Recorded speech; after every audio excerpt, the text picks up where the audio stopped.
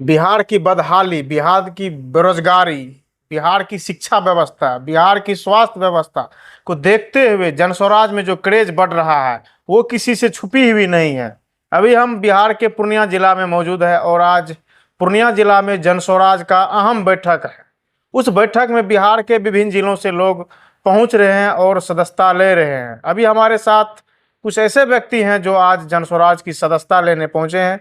चलिए इनसे हम चर्चा करेंगे जनस्वराज की सदस्यता क्यों ले रहे हैं, क्योंकि ये तो जनस्वराज तो नई पार्टी है और नया लोगों पे हम कैसे विश्वास कर सकते हैं, क्योंकि आप जानते हैं बिहार में विभिन्न दल के पार्टी है जो वर्षों से यहाँ पे राज कर रहे हैं और अपनी अपनी छवि को दिखा रहे हैं और सभी सभी पार्टी का छवि, सभी पार्टी का आइडियोलॉजी, सभी पार्टी का जो भी दायित्व होता है, सभी पार्टी का जो अपना कार्य करने की क्षमता होता है, किसी बिहार की किसी भी जनता से छुपी हुई नहीं है। लेकिन उसके बावजूद भी अभी जनस्वराज का समाज में कुछ अलग ही क्रेज बढ़ रहा है। चलिए इनसे हम चर्चा करेंगे जनस्वराज के प्रति क्या रुझान आया, जनस्वराज का क्या आइडियोलॉजी इनके मन में समा गया जो आज जनस्वराज का सदस्यता लेने पूर्णिया जिला पहुंच गए। स्वागत है भैया आपका। नमस्कार। पूर्णिया की तरफ से हम आपके चैनल का जो है हार्दिक अभिनंदन करते हैं। कहाँ से आए?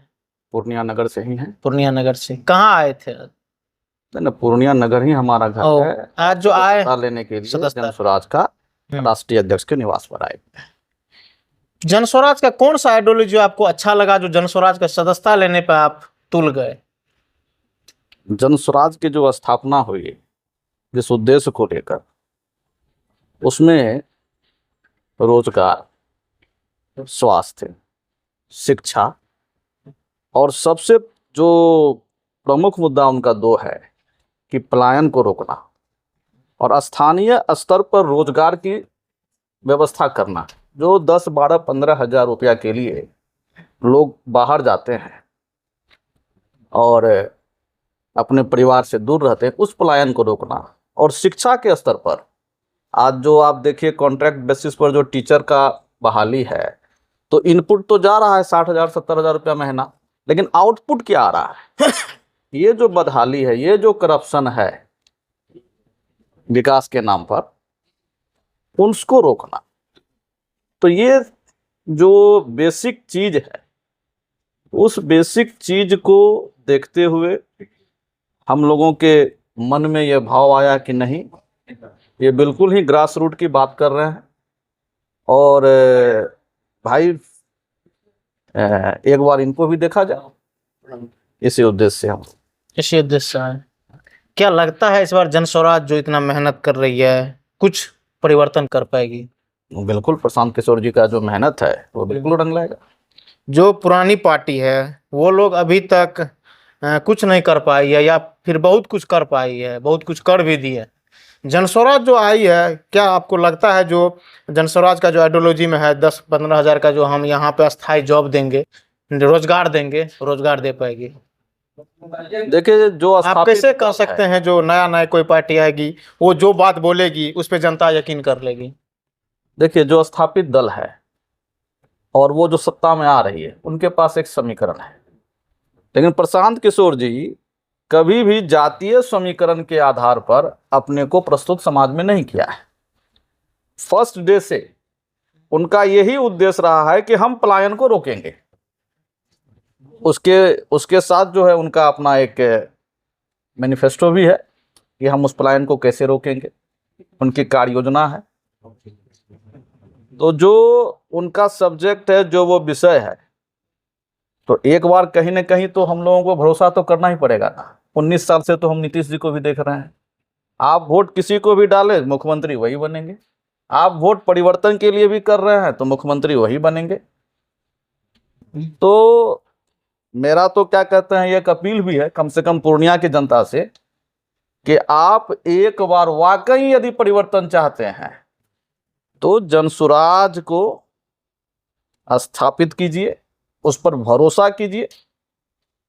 क्या दिक्कत है? 5 साल में बिहार कितना पीछे चला जाएगा? यदि मान लिया जाए कि सब ठग रहा है, ये भी ठगेंगे, तो 5 साल कितना पीछे जाएगा? 19 साल का विकास 5 साल में कितना पीछे चले जाएगा? यदि विकास आप जिसको विकास कह रहे हैं, पूर्णिया की आप बात कीजिए। इतना बड़ा जीएमसीएच में जो है इंफ्रास्ट्रक्चर हो गया है हॉस्पिटल का, लेकिन कितने विषयों की पढ़ाई हो रही है वहाँ? तो बहुत कम।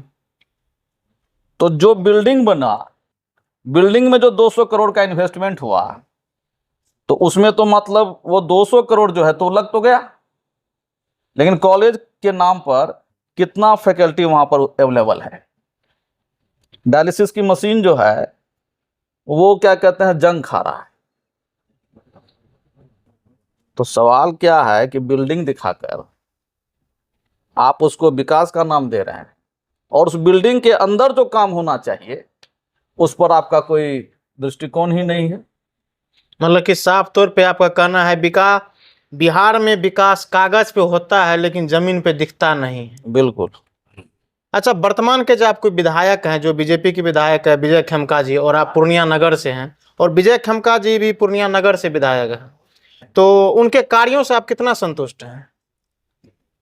देखिए, सदर विधायक का जो कार्यशैली है, जो कार्य है, यदि विकास जो है, रोड बनाना है तो पीसीसी रोड वगैरह बना है बगैर नाला का।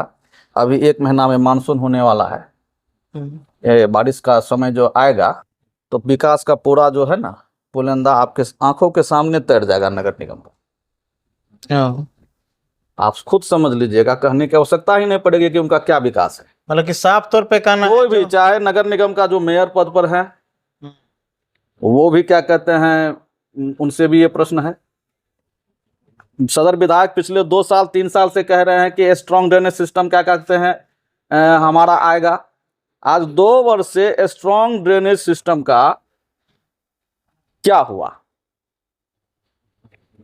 आज कहीं भी बगैर सुप्रीम कोर्ट का ये क्या कहते हैं डिसीजन है कि बगैर नाला का कोई रोड नहीं बनना है, लेकिन आज जो रोडें बन रही है बगैर नाला का बन रहा है।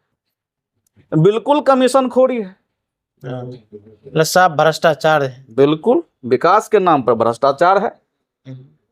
चलिए, पूर्णिया की जनता से क्या बोलिएगा अंत में?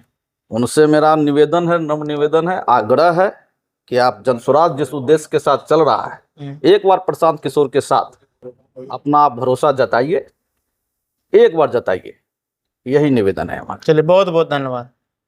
आपका भी धन्यवाद। चलिए, आप देख लिए इनके बातों से आप कितना सहमत है। पूर्णिया के जो भी लोग इस वीडियो को देख रहे हैं, ये जो बात बताया ये कितना सत्य है, अपना आपके मन में इसके प्रति कुछ जो भी विचार उत्पन्न होता है कमेंट में जरूर दीजिएगा। अभी के लिए जय हिंद।